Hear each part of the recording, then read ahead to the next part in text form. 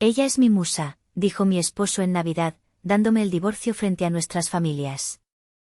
Mientras él ignoraba la sonrisa helada de mi madre, yo le enviaba un texto a mi abogado: activa la cláusula 7.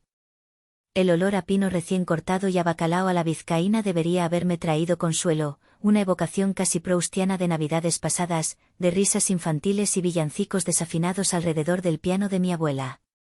Pero esa noche, en nuestro impecable penthouse de las Lomas, el aroma se sentía agresivamente artificial, un torpe intento de enmascarar la tensión que flotaba en el aire del comedor, una tensión tan densa y fría como el hielo en las copas de cristal de Bohemia.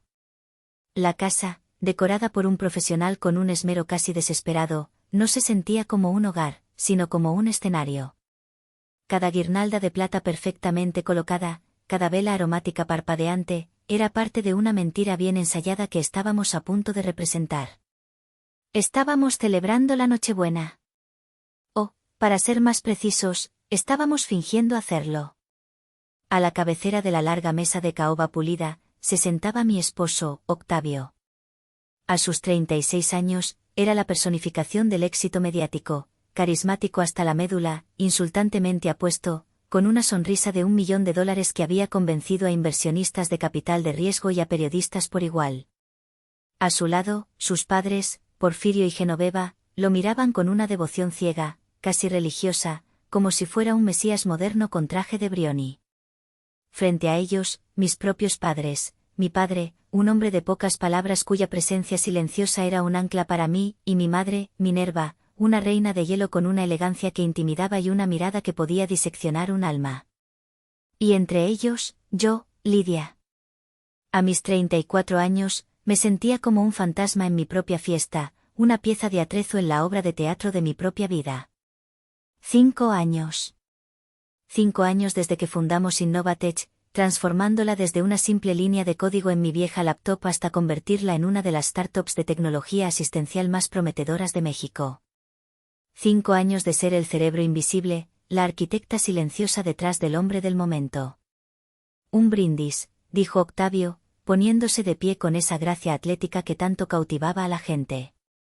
Su voz, siempre tan segura, tan modulada y resonante, llenó el silencio incómodo. Todos levantamos nuestras copas, el tintineo del cristal sonando frágil y falso. Él sonrió, esa sonrisa que iluminaba habitaciones, pero su mirada no me buscó a mí. Se deslizó sobre mi cabeza, deteniéndose un instante en el candelabro de cristal, como si yo fuera parte de la decoración. Mi corazón comenzó a latir con un ritmo sordo y pesado, un tambor de advertencia en mi pecho. Algo iba a pasar. Lo sentía en la médula de mis huesos, en la forma en que el vello de mis brazos se erizaba a pesar del calor de la chimenea. Discretamente, debajo del mantel de lino egipcio, mi pulgar rozó la pantalla fría de mi celular. Un mensaje no leído esperaba allí, un mensaje que había llegado hacía una hora, justo cuando los invitados comenzaban a llegar. De, licenciado Elizondo. Contenido, estamos listos. Solo de la orden. Lo había leído con el corazón en un puño y lo había vuelto a guardar, una bomba de tiempo silenciosa en mi bolsillo.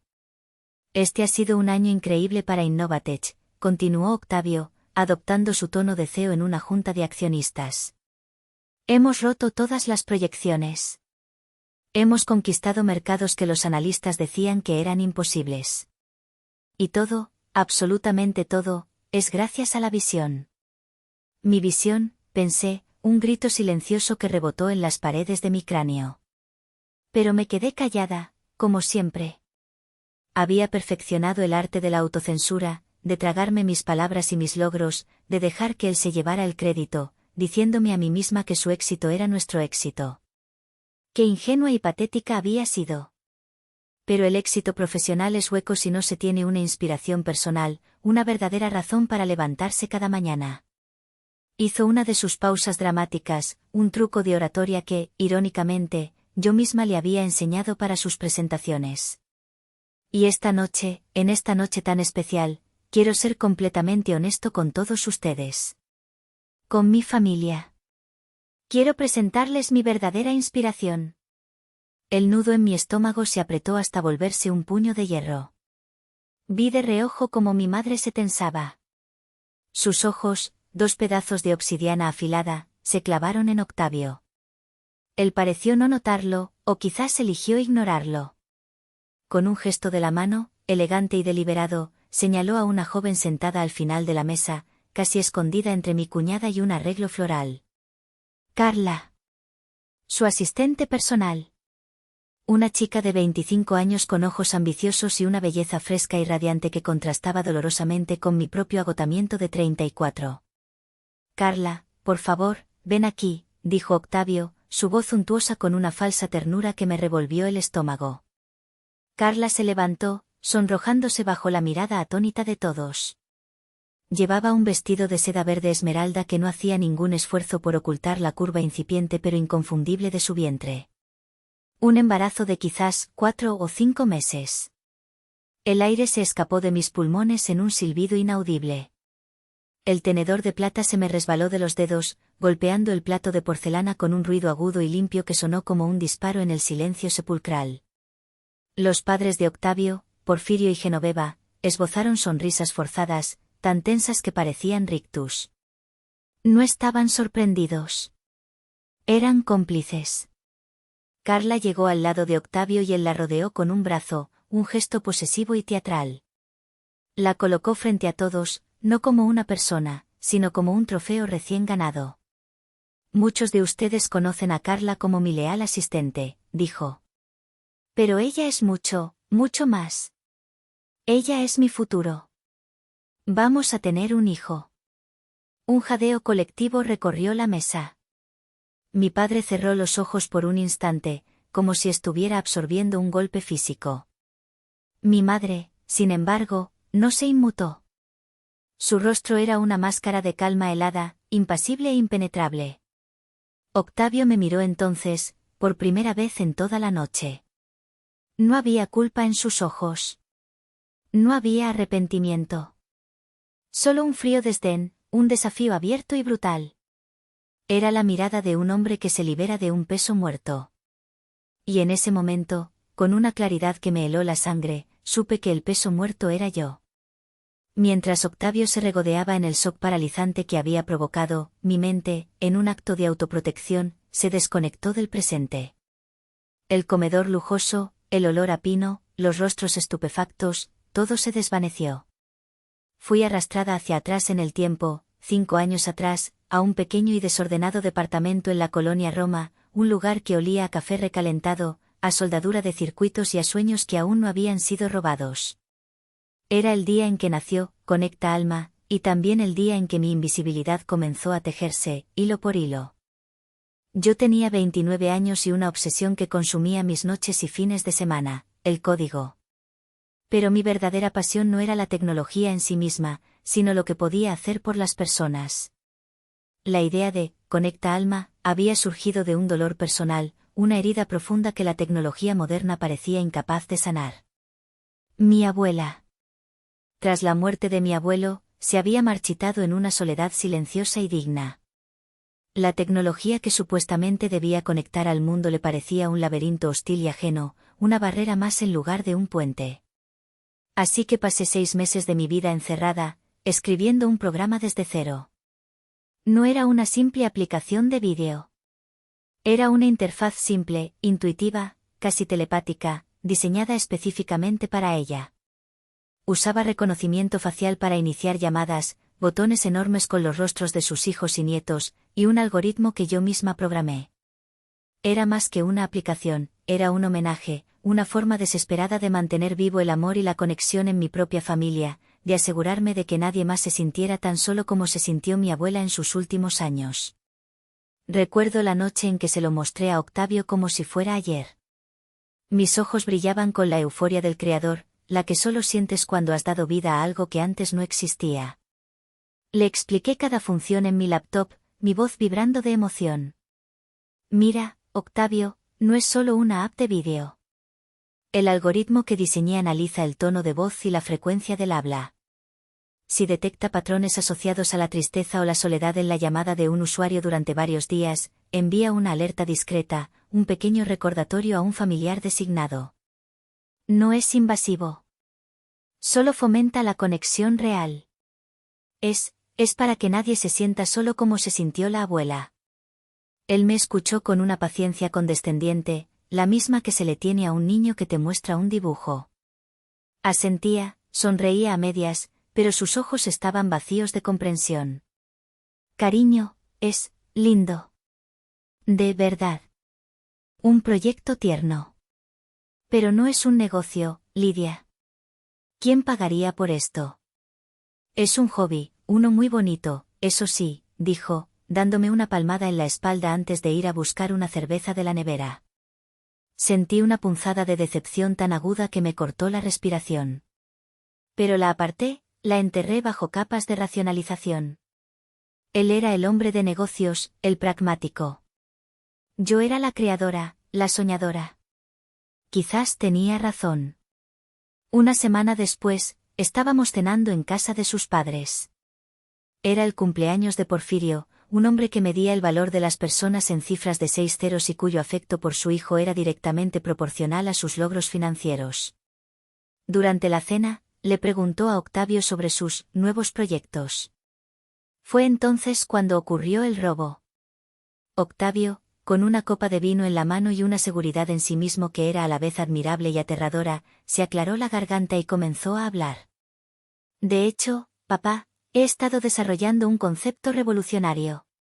Una plataforma de comunicación asistida por inteligencia artificial, enfocada en el nicho de mercado sin explotar de la tercera edad. La llamo Conecta Alma. Mi corazón se detuvo. Lo escuché describir mi aplicación, mi homenaje a mi abuela, pero con sus propias palabras, con su barniz corporativo. Despojó la historia de todo su corazón, de todo su amor, y la vistió con una jerga de negocios fría y calculadora, potencial de monetización a través de servicios premium, sinergia intergeneracional para la recolección de data, algoritmos predictivos de comportamiento del consumidor. La IA no solo conectará familias, concluyó, su voz vibrando con una pasión fingida. Analizará biomarcadores vocales para predecir estados de ánimo y generar oportunidades de venta de servicios de acompañamiento, seguros de vida y paquetes vacacionales. Es brillante. Porfirio y Genoveva estaban extasiados, sus rostros iluminados por el orgullo. Ese es mi hijo. Un genio. Exclamó su padre, levantando la copa. Siempre supe que tenías la visión. Un verdadero tiburón. Me quedé paralizada, con la comida a medio masticar en la boca. El sabor del filete se había vuelto ceniza. Octavio me miró por encima de la mesa y me guiñó un ojo, un gesto rápido, cómplice, como si fuera nuestro secreto, nuestro pequeño y brillante juego. En ese guiño, no vi complicidad. Vi un ladrón celebrando su botín frente a mí. Esa noche, en la cama, en la oscuridad, intenté hablar, mi voz un susurro frágil. Octavio, lo que dijiste de Conecta Alma. ¿No es genial? Me interrumpió, su entusiasmo arrollador y egoísta. Tus ideas son brillantes, Lidia, absolutamente geniales, pero son crudas. Están en bruto. Yo sé cómo pulirlas, cómo empaquetarlas, cómo venderlas a los que tienen el dinero. Tú eres el motor, el corazón de todo, yo soy el chasis y el volante. Somos el equipo perfecto. Y le creí. O, más bien, elegí creerle. Estaba tan enamorada de la idea de ser un equipo perfecto, tan desesperada por su aprobación, que acepté convertirme en el motor silencioso, la pieza esencial que nadie ve pero sin la cual nada funciona. Le cedí mi voz, mi historia, el legado de mi abuela. No me di cuenta de que no estaba construyendo un equipo. Estaba firmando mi propia sentencia de invisibilidad. Él no era mi voz, estaba silenciando la mía para amplificar la suya. Esa fue la primera pieza de mi museo del dolor. La piedra angular, manchada de engaño, sobre la cual se construirían todas las traiciones futuras. La visión de Octavio, o más bien, la mía empaquetada y vendida por él, necesitaba capital. Un capital considerable. Y ahí fue donde entró en escena mi madre, Minerva, no como una madre que apoya, sino como una inversionista que calcula. Minerva no era una madre convencional que horneaba galletas. era una empresaria retirada que había construido un pequeño imperio en el hostil sector inmobiliario de la Ciudad de México a base de inteligencia, agallas y una desconfianza innata en la naturaleza humana. Veía el mundo no en términos de emociones, sino de contratos, riesgos, activos y pasivos. Amaba a su manera, una manera ferozmente protectora que a menudo se manifestaba en forma de pragmatismo brutal. Para ella, el amor no se demostraba con abrazos, sino con cláusulas de protección. La reunión tuvo lugar en la imponente oficina del licenciado Horacio Elizondo, un abogado legendario cuya lealtad a mi madre era absoluta y cuya reputación en los tribunales era temible. La sala olía a cuero viejo, a libros encuadernados y a poder. El aire mismo parecía pesar más allí dentro. Octavio, vestido con su mejor traje de corte italiano, desplegó todo su arsenal de encanto. Presentó un plan de negocios impecable, lleno de gráficos y proyecciones optimistas que él no había hecho, sino que yo había pasado semanas preparando. Mi madre lo escuchó en un silencio absoluto, sin interrumpir, con los dedos entrelazados sobre la mesa de caoba maciza. Cuando Octavio terminó, su sonrisa radiante esperando la aprobación, hubo una larga pausa que se sintió como una eternidad. La idea es buena, dijo finalmente Minerva. Su voz era tranquila, pero cortante como un bisturí. Extraordinariamente buena. Porque es la idea de Lidia. Octavio parpadeó, su sonrisa vaciló por una fracción de segundo. Bueno, como siempre he dicho, fue un esfuerzo colaborativo. No, lo interrumpió ella, sin alzar la voz ni un decibelio, lo que lo hacía aún más intimidante. El talento, la innovación y el alma de este proyecto son de mi hija, Octavio. El dinero será mío. Entiendo que tú eres la cara pública, el vendedor. Acepto ese arreglo, por ahora, porque mi hija cree en ti. Pero mi inversión estará protegida. No de los riesgos del mercado, sino de los riesgos del carácter. El licenciado Elizondo, como si hubiera sido una señal, deslizó un pesado fajo de papeles sobre la mesa. El contrato de inversión. 40 millones de pesos, dijo Minerva, y la cifra pareció absorber todo el sonido de la habitación. A cambio del 75% de las acciones de la nueva empresa, Innovatech. Las acciones estarán a mi nombre, en un fideicomiso. Tú serás el CEO, con un salario generoso y un paquete de acciones minoritarias que aumentará con el rendimiento, siempre y cuando cumplas con los términos. Los ojos de Octavio brillaron al oír la cifra. 40 millones. Era la validación que siempre había ansiado. Empezó a hojear el contrato con una avidez mal disimulada, su mente ya gastando el dinero, visualizando las oficinas de lujo en Santa Fe, el coche nuevo, los titulares de prensa. Todo parece estándar, murmuró, hasta que su dedo se detuvo en una página. Frunció el ceño. ¿Cláusula 7? Ah, sí, dijo mi madre, con una calma estudiada que debería haberle servido de advertencia. La llamo mi póliza de seguro personal. Octavio leyó en voz alta, con un tono burlón, casi teatral. Cláusula 7, de integridad moral y lealtad fiduciaria. Cualquier acto cometido por el director general que comprometa la reputación de la empresa o traicione la confianza de los accionistas mayoritarios, incluyendo, pero no limitándose a, fraude, malversación o humillación pública que afecte directamente a la familia de los inversionistas, constituirá una violación material del presente contrato. Levantó la vista, una sonrisa condescendiente y encantadora en sus labios. Doña Minerva, con todo el respeto del mundo, ¿acaso no confía en mí? Esto parece excesivo. Es casi medieval. ¿Humillación pública? ¿Qué es esto, la Inquisición? Mi madre le devolvió la sonrisa, pero la suya no llegó a sus ojos. Era una sonrisa de acero. En los negocios, como en la vida, siempre me preparo para los terremotos, Octavio. Considera esa cláusula mi detector de sismos. Si nunca traicionas nuestra confianza, si nunca hay un terremoto, entonces nunca tendrás que preocuparte por ella. Es simple. El licenciado Elizondo, con su voz grave de barítono, añadió el golpe de gracia. Las consecuencias de la activación de dicha cláusula son la remoción inmediata e irrevocable de su cargo, la pérdida de todas sus acciones adquiridas y no adquiridas, y la exigencia del pago inmediato de cualquier deuda personal que haya sido garantizada por la empresa o sus activos. Octavio se rió, una risa un poco nerviosa, forzada.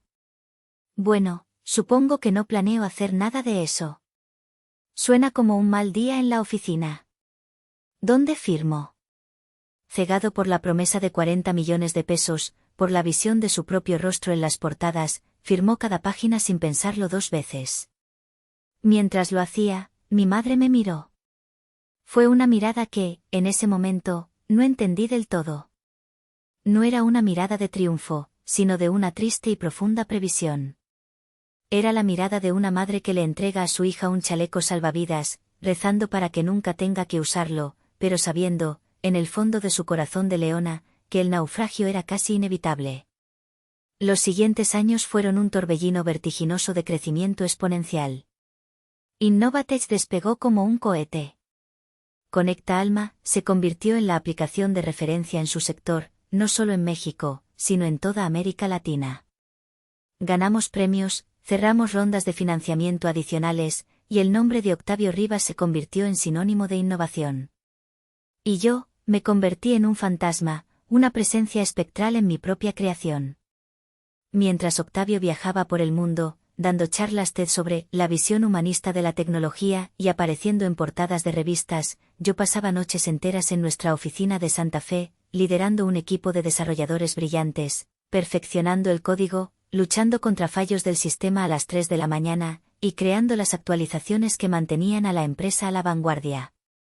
Él era el visionario que vendía la historia, yo era la que hacía que la maldita historia funcionara. Era un pacto silencioso que me carcomía por dentro, un ácido lento que disolvía mi autoestima. Recuerdo una vez que lo vi en una entrevista desde un congreso en Singapur. El periodista le preguntó sobre el origen de Conecta Alma. Octavio, con una seriedad conmovedora, contó una historia completamente inventada sobre cómo la idea se le ocurrió una noche de insomnio mientras cuidaba a su abuelo enfermo, una mentira flagrante dado que su abuelo había muerto 10 años antes de que nos conociéramos. Vi la entrevista en mi monitor, rodeada de tazas de café vacías y diagramas de flujo, y sentí como si me hubieran borrado de la existencia.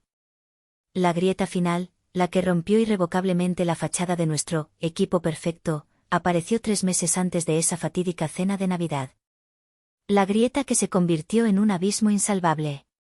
Octavio llegó a casa una noche, radiante, agitando una revista en el aire como si fuera un trofeo de guerra. Era la edición de Hombre del Año de Forbes México. Y en la portada, estaba él, sonriendo con una confianza insultante, con el titular, Octavio Rivas, el hombre que conectó a una generación. Lo logramos, cariño. Mira esto. Exclamó, dejándola sobre la mesa de centro de mármol como si fuera una ofrenda para mí. Con un nudo en la garganta, abrí la revista. Era un artículo de 6 páginas, una geografía que glorificaba su genio para los negocios, su empatía innata por el mercado de la tercera edad, su habilidad para ver el futuro. Mi nombre aparecía una sola vez, en el penúltimo párrafo, una mención casual y condescendiente. Rivas está casado con Lidia Solís, una ingeniera de sistemas y su gran apoyo desde el inicio de su carrera. Una ingeniera de sistemas y su gran apoyo. Las palabras me golpearon como una bofetada. No, la CEO fundadora. No, la arquitecta jefe de software. Era el equivalente a ser mencionada junto al sofá de su oficina o a su marca de reloj favorita. Había sido reducida a un accesorio, a una nota al pie de página. Esa noche, no pude dormir. Di vueltas en la cama, el papel satinado de la revista sintiéndose como veneno bajo mis dedos. Algo se había roto dentro de mí de forma irreparable.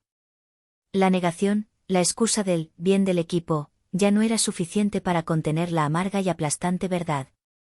Me levanté y, movida por un impulso oscuro que no entendía, encendí mi computadora. Tenía acceso a todos los servidores de la empresa, incluyendo las finanzas. Revisé los estados de cuenta de su tarjeta de crédito corporativa de los últimos meses. Y allí estaba. La prueba irrefutable de mi estupidez. El recibo. De hace 2 meses, el día de nuestro 10º aniversario de bodas. Un collar de diamantes y esmeraldas de la joyería más cara de la avenida Presidente Masaryk. 150.000 pesos. Un collar que yo nunca había visto. Debajo, la cuenta de una cena privada en el Puyol, una mesa para dos. 200.000 pesos. Recordé ese día perfectamente. Con una claridad dolorosa. Yo había reservado en nuestro pequeño restaurante italiano favorito, el lugar de nuestra primera cita. Octavio me había llamado por la tarde, su voz llena de un falso y ensayado arrepentimiento. Cariño, lo siento tanto, mi amor. Surgió una junta de emergencia con unos inversionistas de Tokio. Es a la misma hora. No puedo cancelarla, es un trato de 100 millones. Es por nuestro futuro. Te lo compensaré, lo prometo. Pasé nuestro aniversario sola, en casa, comiendo la pizza fría que había pedido mientras veía una película deprimente, creyendo en su mentira. Creyendo en nuestro futuro. Y él estaba cenando en uno de los mejores restaurantes del mundo, comprando diamantes para otra persona con el dinero que yo había generado. A la mañana siguiente, lo confronté. Dejé las impresiones de los recibos sobre la mesa del desayuno, junto a su taza de espresso. ¿Qué es esto, Octavio? Pregunté, mi voz temblando a pesar de mis esfuerzos por mantenerla firme. Él los miró, y por una fracción de segundo, vi pánico puro en sus ojos. Pero desapareció tan rápido como llegó, reemplazado por una máscara de irritación y superioridad. Ah, eso. Por Dios, Lidia. Es el negocio. El collar fue un regalo para la esposa del inversionista japonés. Es así como se hacen las cosas a este nivel. Se llama crear relaciones. Un gesto de buena voluntad. ¿Y la cena? ¿También fue un gesto de buena voluntad con la esposa del inversionista? Pregunté, mi voz cargada de un sarcasmo que no pude reprimir. Se pasó una mano por el pelo, un gesto de exasperación que había llegado a detestar. Por Dios, Lidia. ¿No te das cuenta de que todo esto lo hago por nosotros? ¿Crees que cerrar tratos millonarios es fácil? A veces tengo que aguantar cenas aburridas y comprar regalos caros para gente que ni me agrada. Es el precio del éxito. Deja de ver fantasmas donde no los hay y apóyame de una vez. Estoy cansado de tu desconfianza y tu negatividad. Me acusó de ser paranoica, de no entender la presión a la que estaba sometido, de ser un ancla que lo arrastraba hacia abajo con mis inseguridades. Me manipuló con tanta habilidad, con tanto veneno, que por un momento, un horrible momento, casi le creí. Casi me disculpé por haber invadido su privacidad. Pero mientras lo veía mentir con tanta facilidad, con tanta convicción, la última pieza de amor que sentía por él se hizo polvo y se la llevó el viento. No era solo una infidelidad. Era el desprecio absoluto. La facilidad con la que me mintió, la forma en que usó el éxito que yo había construido para financiar su traición y luego me culpó a mí por descubrirlo. Ese fue el momento en que supe, sin sombra de duda, que mi matrimonio estaba muerto. Y que el hombre del que me había enamorado nunca había existido realmente. Esa misma noche, después de que Octavio se durmiera con la tranquila satisfacción de un hombre que ha vuelto a poner a su esposa en su lugar, me encerré en mi estudio. El aire olía a ozono de los servidores que zumbaban silenciosamente y al café frío de la tarde. Miré las complejas líneas de código que llenaban mis 3 monitores, el corazón digital de Conecta Alma, que en muchos sentidos, era también mi corazón. Y por primera vez en 5 años de autoengaño, sentí una furia fría, lúcida y clara. No era una furia histérica y cegadora, sino una rabia calculadora, precisa como un algoritmo, que exigía una respuesta. Tomé mi teléfono, mis dedos firmes. No hubo un momento de duda, ni una lágrima. La parte de mí que lloraba había muerto esa mañana en la mesa del desayuno. Marqué el número privado de mi madre. Respondió al segundo tono. Mamá, dije, mi voz sorprendentemente firme, desprovista de la fragilidad que sentía por dentro. Tenías razón. Sobre todo. Hubo un silencio al otro lado de la línea, un silencio cargado de comprensión y de una tristeza contenida. Luego, la voz de Minerva, no con un «te lo dije», sino con una resolución tranquila y práctica. Lo sé, hija. Lamento que hayas tenido que descubrirlo de esta manera. Dime, ¿qué necesitas? Necesito ver una copia del contrato que firmó Octavio, dije, mi voz cobrando fuerza con cada palabra. Y necesito una reunión con el licenciado Elizondo. Mañana a primera hora. A la mañana siguiente, a las 8 en punto, estaba sentada en la misma imponente oficina donde todo había comenzado. El olor a cuero y poder ya no me intimidaba, me sentía como en casa. El plan de contraataque tomó forma sobre la mesa de caoba pulida. El licenciado Elizondo, un hombre cuya cara parecía tallada en granito y cuyos ojos no revelaban nada, extendió el contrato original. Apuntó con un dedo índice, corto y grueso, a la cláusula 7. La redacción es deliberadamente amplia, Lidia, por insistencia de tu madre, explicó, su voz grave resonando en la sala. Humillación pública que afecte directamente a la familia de los inversionistas. Minerva, como titular del fideicomiso, es la inversionista. Lidia, como su única hija, eres la beneficiaria directa y, por extensión, parte integral de esa familia a ojos de este contrato.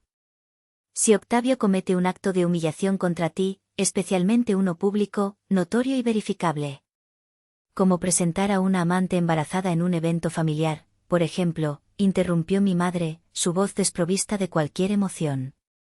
Estaba en modo de negocios. Exactamente, confirmó el abogado, sin pestañear. Eso constituiría una violación flagrante, deliberada e innegable del acuerdo fiduciario. Nos daría el derecho legal de ejecutar las consecuencias de manera inmediata y sin previo aviso. ¿Y cuáles son, exactamente, en el peor de los casos? Pregunté, aunque ya sabía la respuesta. Necesitaba escucharlo en voz alta, para solidificar mi resolución. Primero, dijo Elizondo, levantando un dedo, la remoción inmediata de su cargo como director general. El Consejo, controlado por tu madre, será notificado de la violación y actuará de forma unánime. Segundo, la anulación total e inmediata de su paquete de acciones, tanto las adquiridas como las que estaban por adquirir. Al violar el contrato, pierde todo derecho y participación en la empresa que ayudó a dirigir. Se va con lo que lleva puesto. Tercero, y esto es lo más importante, la cláusula de garantía cruzada. Descubrimos algo. Mi madre y yo intercambiamos una mirada. ¿Un préstamo? Preguntó Minerva, adelantándose. Sí. Uno considerable. 20 millones de pesos. Lo hemos verificado con nuestros contactos en la banca privada. Lo solicitó hace un año, garantizándolo con el valor de sus acciones en Innovatech. ¿Y para qué usó ese dinero? Pregunté, aunque ya temía la respuesta. Para financiar un estilo de vida que excedía con creces su salario. Un departamento en Polanco a nombre de una sociedad fantasma, autos de lujo, viajes. Creemos que es donde se encuentra con su amante. En el momento en que sus acciones pierdan su valor, lo que ocurrirá al ser removido de la empresa, el banco declarará el préstamo en impago total. Y como es una garantía personal, la deuda recaerá enteramente sobre él. Sin la empresa para respaldarlo, estará en la ruina financiera absoluta. Me recargué en la silla de cuero, asimilando la magnitud de la caída que le esperaba. No era solo quitarle la empresa que él creía suya. Era borrarlo financieramente del mapa. Era una aniquilación total. No quiero actuar basándome en una sospecha, en un recibo de tarjeta de crédito, dije, más para mí misma que para ellos. La infidelidad duele, pero la humillación pública es una declaración de guerra. Necesito que él mismo apriete el gatillo. Necesito que el mundo vea quién es en realidad. Mi madre asintió lentamente, y por primera vez, vi una chispa de orgullo feroz en sus ojos. Esa es mi hija. No atacamos. Dejamos que la arrogancia de nuestro enemigo sea su propia perdición. El plan se solidificó. No sería una trampa, sería una red de seguridad que yo controlaba. Esperaríamos. Esperaríamos a que la arrogancia de Octavio, su insaciable necesidad de humillarme para sentirse superior, lo llevara a cometer un error público. Un error tan grande, tan innegable, que activaría la cláusula sin lugar a dudas. Elizondo me dio un número de teléfono nuevo, una línea directa y segura que solo él monitorizaba. Cuando suceda, Lidia, no tienes que llamar. No tienes que decir nada. Solo envía un mensaje de texto.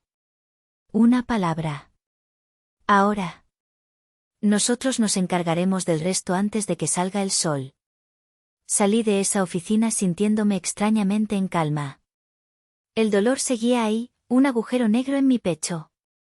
Pero ahora, a su alrededor, había un muro de contención hecho de lógica, leyes y la fría y dulce promesa de la justicia. La víctima se había convertido en estratega. Y solo era cuestión de tiempo para que el rey, en su propio tablero de ajedrez, hiciera el movimiento arrogante y estúpido que lo llevaría al jaque mate. Y ahora, aquí estábamos. En el presente. En la cena de Navidad que se había convertido en un tribunal público, y yo era la acusada, la jueza y el verdugo, todo en uno. Después de que Octavio presentara a Carla y su embarazo al mundo como si fuera el anuncio de una nueva era, un silencio pesado y espeso, casi asfixiante, cayó sobre la mesa. Nadie sabía qué decir, cómo reaccionar. El tintineo de un cubierto contra un plato sonó como un estruendo. Los padres de Octavio tosieron, reajustándose en sus asientos, sus rostros una mezcla de vergüenza y un orgullo mal disimulado. Mi padre simplemente miraba su plato, su mandíbula tan apretada que parecía que podría pulverizar diamantes. Mi madre observaba la escena, inmóvil, como una pantera esperando el momento perfecto para saltar sobre su presa.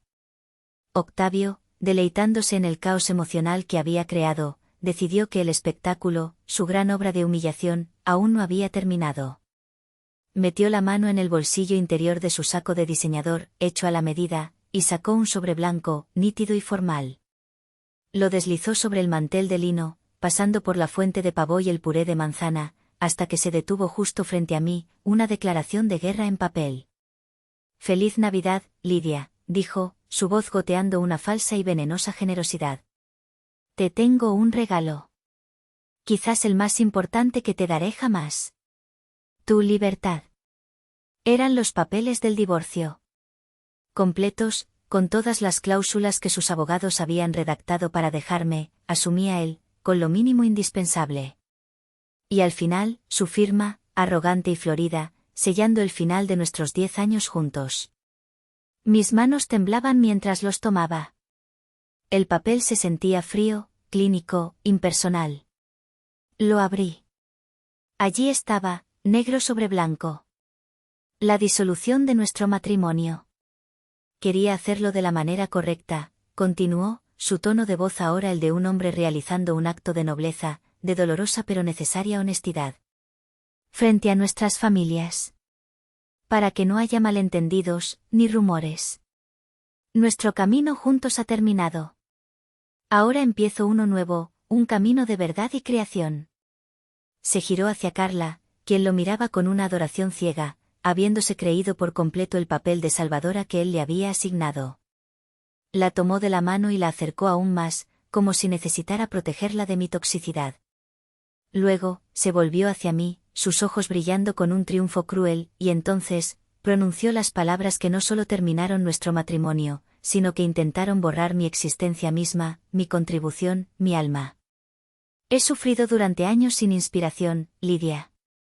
He estado estancado, creativamente.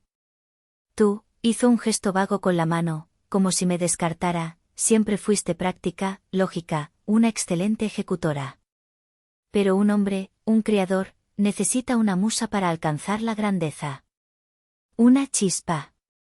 Hizo una pausa, un silencio calculado, asegurándose de que todos en la mesa estuvieran escuchando, de que cada palabra venenosa diera en el blanco y se incrustara profundamente. Pero ahora, dijo, su voz subiendo en un crescendo de autoglorificación, mientras colocaba su otra mano sobre el vientre abultado de Carla, por fin, después de tanto tiempo en el desierto, he encontrado a mi verdadera musa. Carla es mi musa. La palabra, musa, colgó en el aire, obscena, grotesca, un insulto tan profundo que me dejó sin aliento. Él, que nunca había escrito una sola línea de código en su vida. Él, que había robado mi homenaje a mi abuela y lo había convertido en una fría estrategia de mercado. Él, que me había llamado práctica y lógica, como si fueran defectos, cuando mi lógica y mi práctica eran el cimiento invisible sobre el que había construido su castillo de mentiras y apariencias. En ese instante, me estaba despojando de todo. No solo de mi lugar como su esposa, sino de mi identidad como la creadora de Innovatech. Me estaba convirtiendo en una nota al pie de página, en un borrador en la historia de su éxito, una historia que él estaba reescribiendo en ese mismo instante para excluirme por completo y para siempre. Sentí una oleada de náuseas, una mezcla de rabia y dolor tan intensa que era física. Quería gritar, volcar la mesa, lanzarle el vino a la cara y ver cómo manchaba su camisa de seda blanca. Quería su perfecta fachada. Pero entonces, a través de la neblina roja de mi furia, vi algo. Vi la sonrisa de mi madre. No era una sonrisa de felicidad. Era algo mucho más antiguo y aterrador. Era la sonrisa de un general que ve cómo el ejército enemigo, en su arrogancia, marcha directamente hacia una emboscada perfectamente planeada. Era una sonrisa que no prometía perdón, sino aniquilación. Era una sonrisa que decía, se acabó el juego. Y en ese instante, mi propio dolor se transformó. La humillación hirvió y se evaporó, y lo que quedó en su lugar fue un núcleo de hielo puro, duro y afilado. Todos los ojos en esa mesa estaban puestos en mí. Podía sentir el peso de sus expectativas. Esperaban lágrimas. Esperaban un colapso. Esperaban un melodrama digno de una telenovela. Mi suegra, Genoveva, me miraba con una lástima condescendiente que me revolvía el estómago, una mirada que decía, pobrecita, nunca fue suficiente para mi genio hijo. Mi suegro, Porfirio, evitaba mi mirada a toda costa, concentrándose en cortar su pavó con una precisión quirúrgica que traicionaba su nerviosismo. Y Octavio, mi esposo, mi traidor, me observaba con una expectación casi lasciva, saboreando mi inminente derrumbe. Quería que mi dolor fuera el postre de su celebración, la confirmación final de su victoria. No le di esa satisfacción. Respiré hondo, una bocanada de aire que se sintió como si estuviera llenando mis pulmones por primera vez en años. La niebla de la conmoción y la humillación se disipó, reemplazada por una claridad afilada y peligrosa. Vi la sonrisa helada de mi madre, y en ella, vi mi propio permiso para actuar. Vi la validación de todo lo que había sentido, de cada pequeña traición, de cada injusticia que había soportado en silencio. Octavio ignoró por completo esa sonrisa. En su universo egocéntrico, era ciego a cualquier amenaza que no viniera directamente de él. Él era el sol, los demás éramos simples planetas orbitando a su alrededor, agradecidos por su calor. No podía concebir que uno de esos planetas estuviera a punto de salirse de su órbita y provocar una colisión cataclísmica. Pero yo no la ignoré. La sonrisa de mi madre fue mi señal. El disparo de salida. Con una calma que no sentía pero que proyectaba con cada fibra de mi ser, deslicé mi mano debajo de la mesa, un movimiento lento y deliberado. Mi teléfono se sentía sólido y frío en mi palma. Lo desbloqueé con mi huella digital, mis movimientos fluidos, casi robóticos. Abrí la aplicación de mensajería encriptada y busqué el chat con el licenciado Elizondo. El último mensaje era el suyo, de hacía horas, esperando pacientemente, estamos listos. Solo de la orden. Mis dedos se movieron sobre el teclado. No escribí un párrafo. No expliqué la situación. No desahogué mi furia. Todo eso vendría después.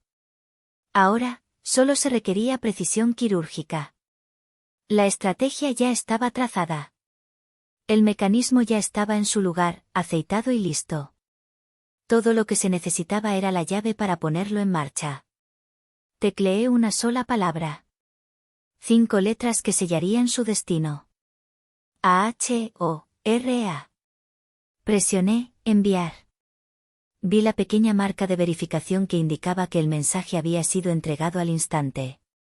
La bomba de tiempo había sido activada. Luego, con la misma calma deliberada, levanté la vista. Guardé el teléfono en mi bolso.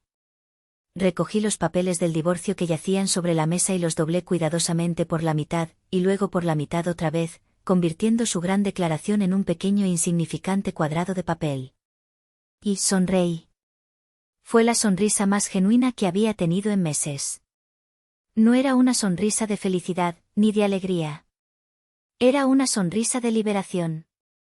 La sonrisa de una prisionera que acaba de darse cuenta de que siempre ha tenido la llave de su celda en el bolsillo, y que la puerta nunca estuvo realmente cerrada. Gracias por el regalo, Octavio, dije, mi voz sorprendentemente tranquila y clara, cortando el silencio como un cuchillo. Es muy considerado de tu parte. Él parpadeó, visiblemente desconcertado. Mi reacción no encajaba en su guión. Se suponía que yo debía estar llorando, suplicando, haciendo una escena. Mi calma lo desarmó. Te deseo a ti, mi mirada se movió hacia Carla, que se encogió ligeramente bajo mi escrutinio, su rostro perdiendo algo de su brillo triunfal, y a, tu musa, el futuro que ambos se merecen. Cada ápice de él. Me puse de pie, el movimiento fluido y lleno de una gracia que no sabía que poseía. Coloqué mi servilleta de lino, ya sin usar, junto a mi plato. Mamá, papá, creo que es hora de irnos. Esta celebración, para nosotros, ha terminado. Mi padre se levantó de inmediato, el alivio inundando su rostro. Mi madre se puso de pie con la gracia de una emperatriz, alisando su vestido. Antes de girarse, le dedicó a Octavio una última mirada, una mirada que no contenía ira, sino una fría y absoluta indiferencia. Era la mirada que se le da a algo que ha dejado de existir.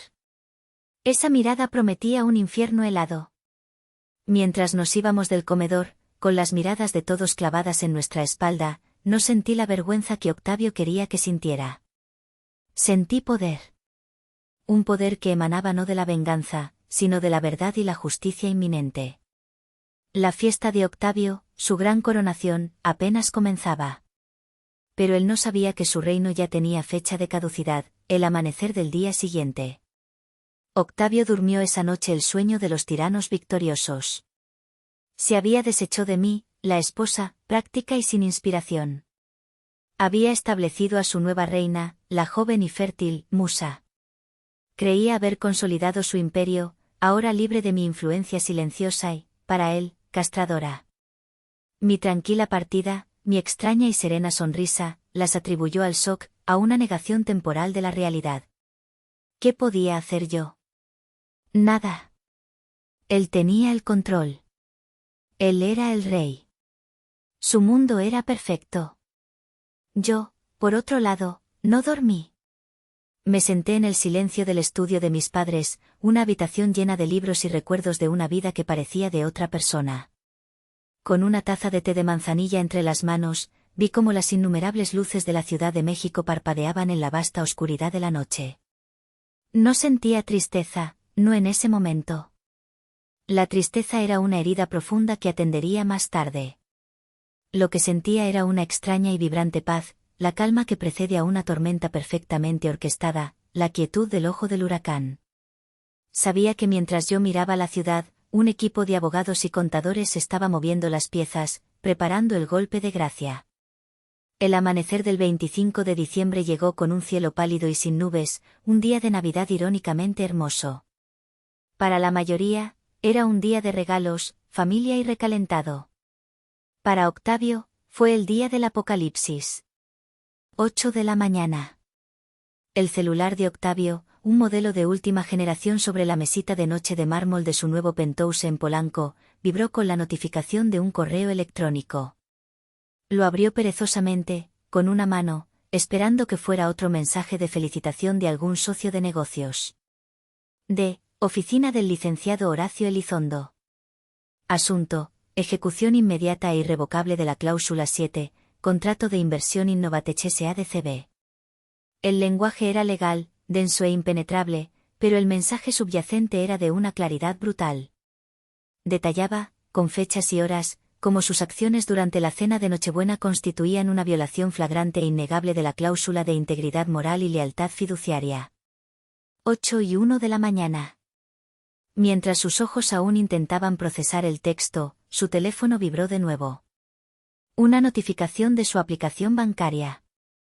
Alerta. Por orden del accionista mayoritario y en conformidad con los estatutos de la empresa, sus cuentas corporativas de Innovatech han sido congeladas.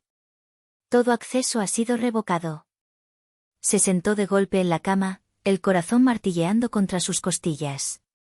Esto tenía que ser una broma. Una especie de táctica de intimidación de Minerva. 8:15 de la mañana. Su teléfono sonó. No era una notificación, era una llamada. El número del director de su banco privado. Señor Rivas, lamento informarle, dijo el banquero, su voz desprovista de la habitual cordialidad, ahora fría y profesional, que hemos recibido una notificación legal sobre la reestructuración de control en su empresa. En consecuencia, el préstamo personal de 20 millones de pesos que usted garantizó con sus acciones ha entrado en impago técnico. Las acciones que usó como colateral ya no le pertenecen y, por lo tanto, su valor es nulo. El banco exige el reembolso total e inmediato de la suma. Octavio dejó caer el teléfono sobre las sábanas de seda. 20 millones de pesos.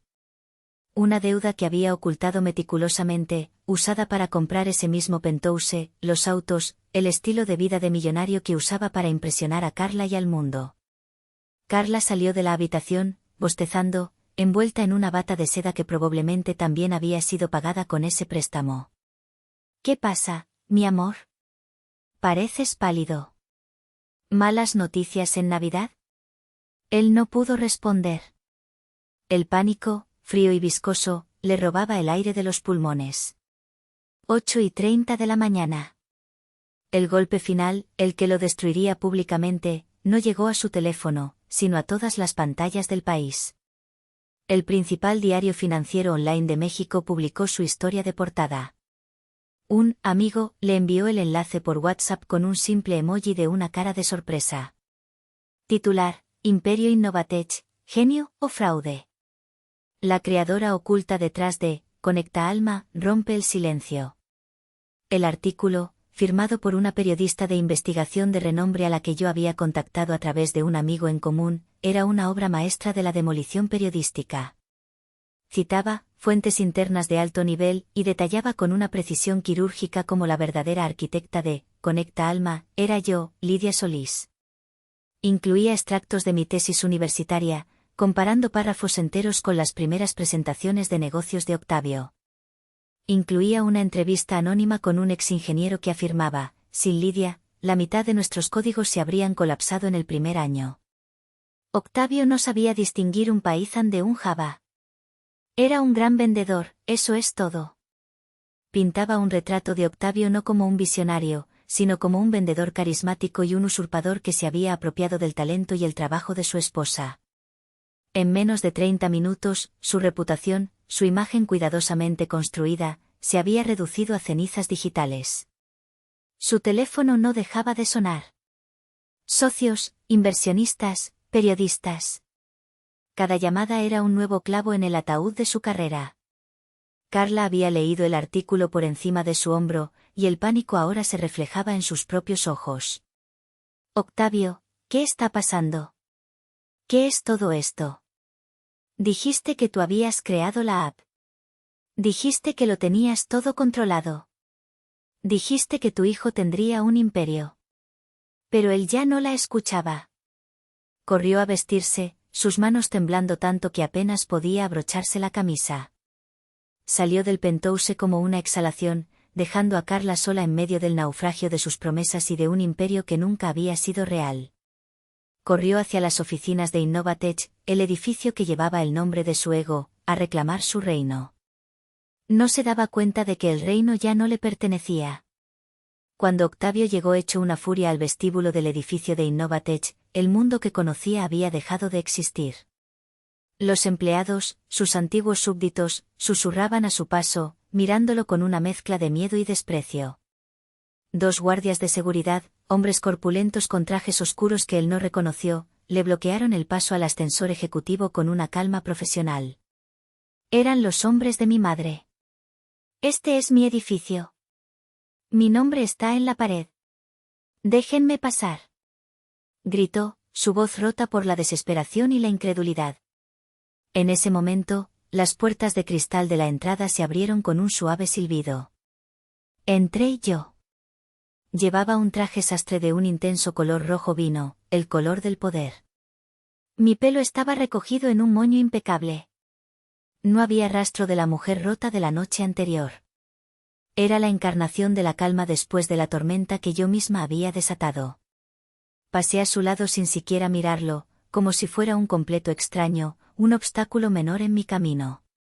Señorita Solís, dijo uno de los guardias, inclinando la cabeza respetuosamente mientras me franqueaba el paso. Me detuve y me giré lentamente. Lo miré, realmente lo miré, por primera vez como lo que era, un hombre pequeño, asustado y patético, despojado de su disfraz de rey. No has perdido nada, Octavio, dije, mi voz tranquila y fría como el acero. Simplemente se te ha devuelto todo lo que no era tuyo para empezar.